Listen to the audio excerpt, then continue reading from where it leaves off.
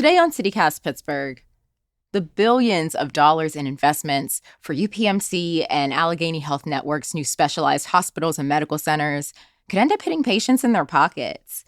Trib reporter Deb Erdley is joining us to talk about the concerns of passing on those construction costs to patients of the expansive healthcare networks.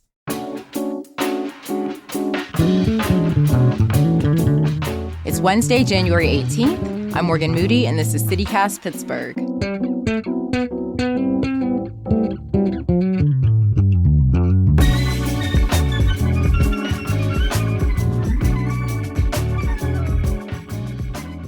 So, Deb, it seems like everywhere I go, I see some new construction project by some healthcare giant. Is this a big issue here, that we don't have enough medical buildings? I just say we need to look at shortages. It's not so much buildings, it's bodies in those buildings. The nursing shortage right now is critical, and it's going to be for some years now. Physicians who are willing to practice in inner city clinics and rural areas, those are areas where we're hurting. We have an abundance, an embarrassment of riches almost when it comes to hospitals and hospitals that can provide cutting edge care. We need to look at some of these other things, especially as the population here ages. But these buildings are still going up here, or the construction is still happening. So what are these healthcare networks building and why? When UPMC said 3 new specialty hospitals in the city of Pittsburgh and investing billions, looking probably to invest millions more in advertising them to the world, that was pretty big.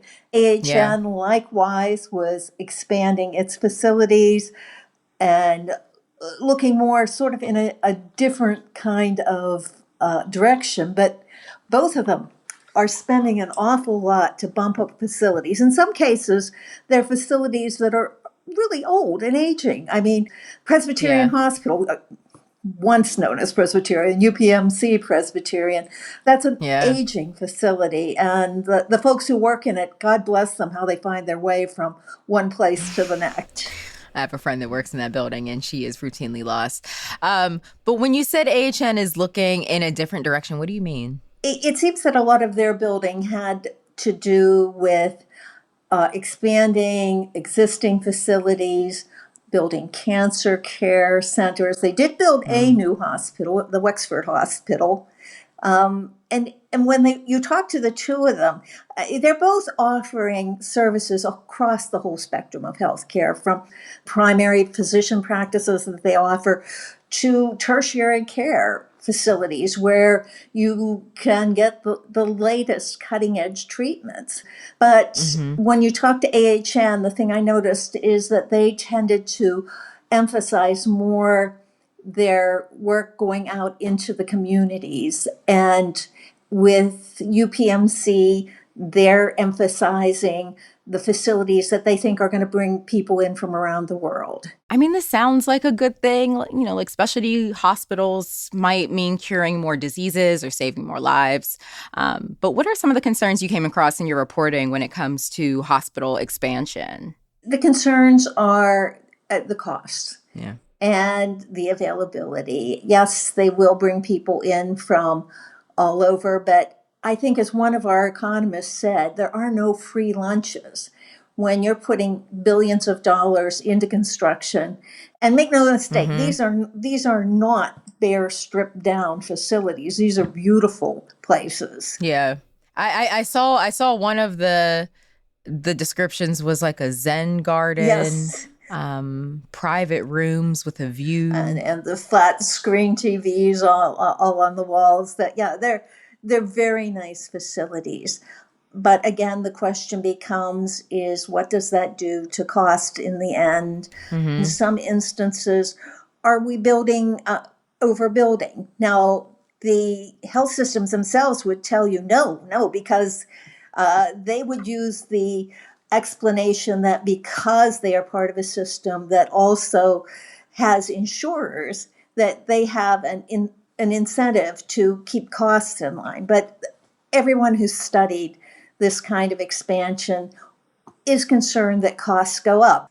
Does that have any impact at all on insurance companies, people who have insurance, anyone that's going to any of these hospitals? Are we going to see that cost? Yeah, because you're going to pay for it. Your insurer is going to pay for it. And we don't look at it so much as the cost that we pay because it's veiled. Here's the example. When I go to the grocery store, if a dozen eggs are $3 this week and $4 next week, I see that immediate. Right. In terms of our healthcare costs, we don't see it that clearly because we might see it next year when our copay goes up a little or our deductible goes a little higher. And that's happened across the board, many places, as the cost of these services go up and employers or insurers themselves are having to deal with that. They shift more of the cost to you. So it's sort of a gradual thing. We don't see it. And by and large, as much as people want to talk about competition keeping costs down, we don't shop. I don't know many people who say, well, I'm going to get a cost from this hospital. I'm going to get a cost from that hospital. As much as some of the folks in regulatory agencies and government have tried to promote that, we don't do that. We might be limited by our insurance. The insurer might say, well, you can only go here or you can only go there. But when you have massive systems like AHN and UPMC in the same area, and people who live in those areas might have physicians, surgeons that cross between the two, and they might need services on both. Then you get to the point where one is saying, well, I will only take this insurance or that insurance. We had the Attorney General of Pennsylvania step in and negotiate a settlement saying, you got to take people from both sides.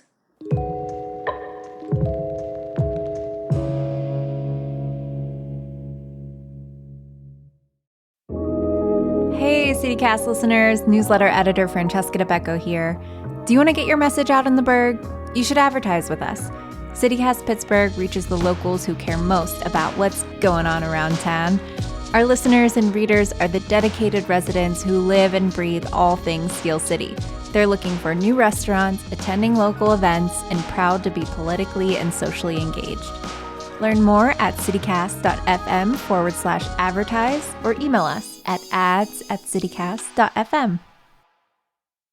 We talk about the massiveness of it all. Is there a concern why anything hasn't been done about this trend? It really feels like we don't even have enough city to accommodate more UPMC buildings, more AHN facilities. We're going to have more hospital than we have people in the city.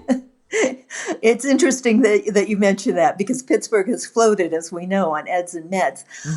The governor, Tom Wolf, who's about to step aside, has looked at this and recommended year after year that the state adopt an oversight commission, not a commission with really strict regulatory powers, but a commission that would review these things and make suggestions.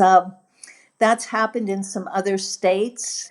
The industry itself it's a big industry. They have lobbyists. Yeah. They'll tell you they're regulated out the wazoo, and that more regulation will end up with higher costs. But their lobbyists have been very effective. In Harrisburg, the legislature has not acted upon this. It's been tossed out to them the last couple of years, and they've said no. And the same sort of thing is happening with the nursing shortage.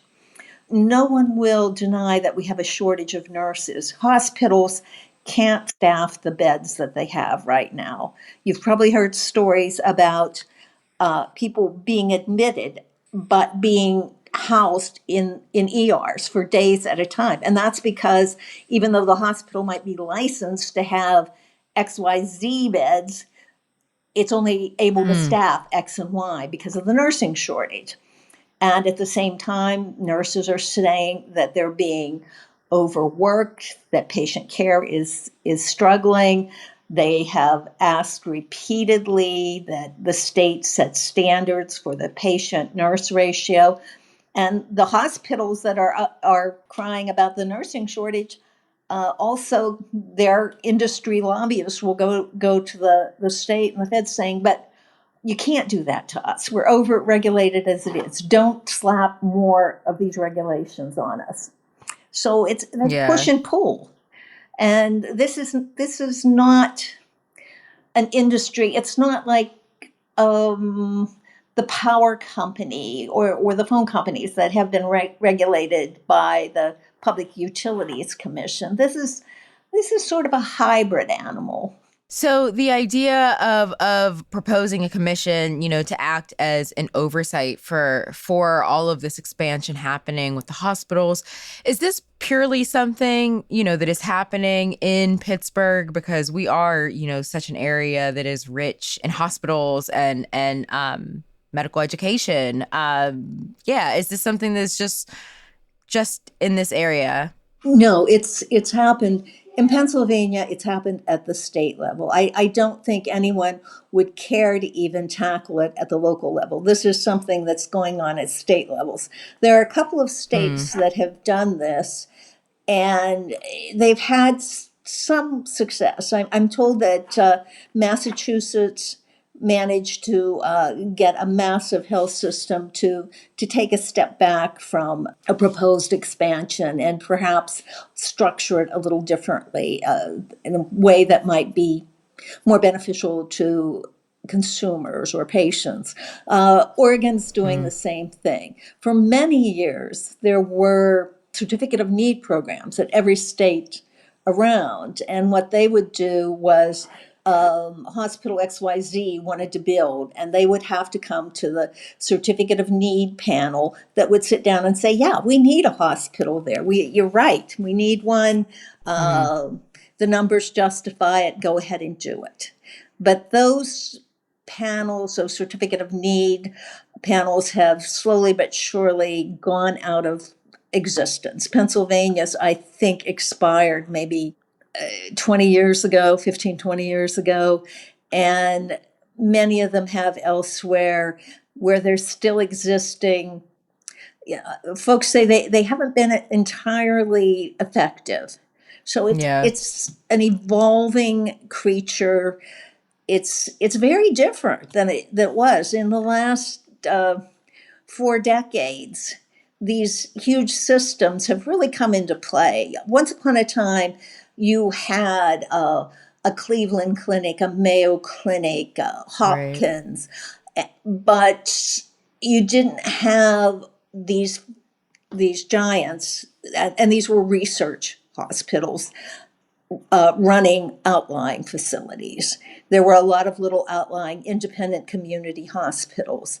In the last few decades, these research, these university centers, these urban centers have pretty much changed into these overarching systems. They've taken over the smaller outlying hospitals, and now they're pretty much calling the shots across the board. There are very, very few independent hospitals, and those that continue to exist are having a hard time. Deb Erdely is a senior reporter at The Trib. Deb, thank you so much for talking to us. Thank you, Morgan. Take care.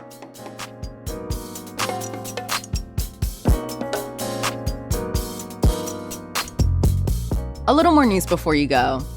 There is a piece of Pittsburgh history for sale, and you could buy it. The former Wabash Bridge piers are for sale for the right price and the right vision. The giant stone structures rise 45 feet above the river on the downtown side of Parkway East.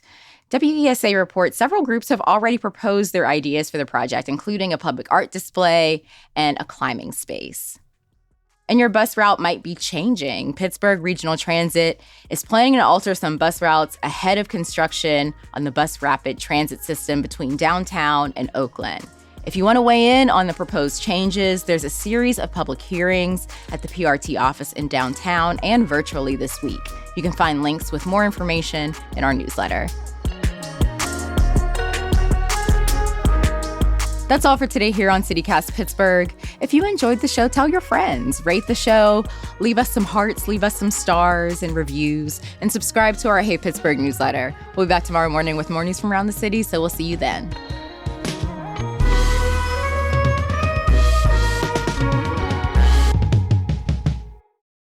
The former Wabash, oh my goodness, I can't say that, I don't know what this is. The former Wabash.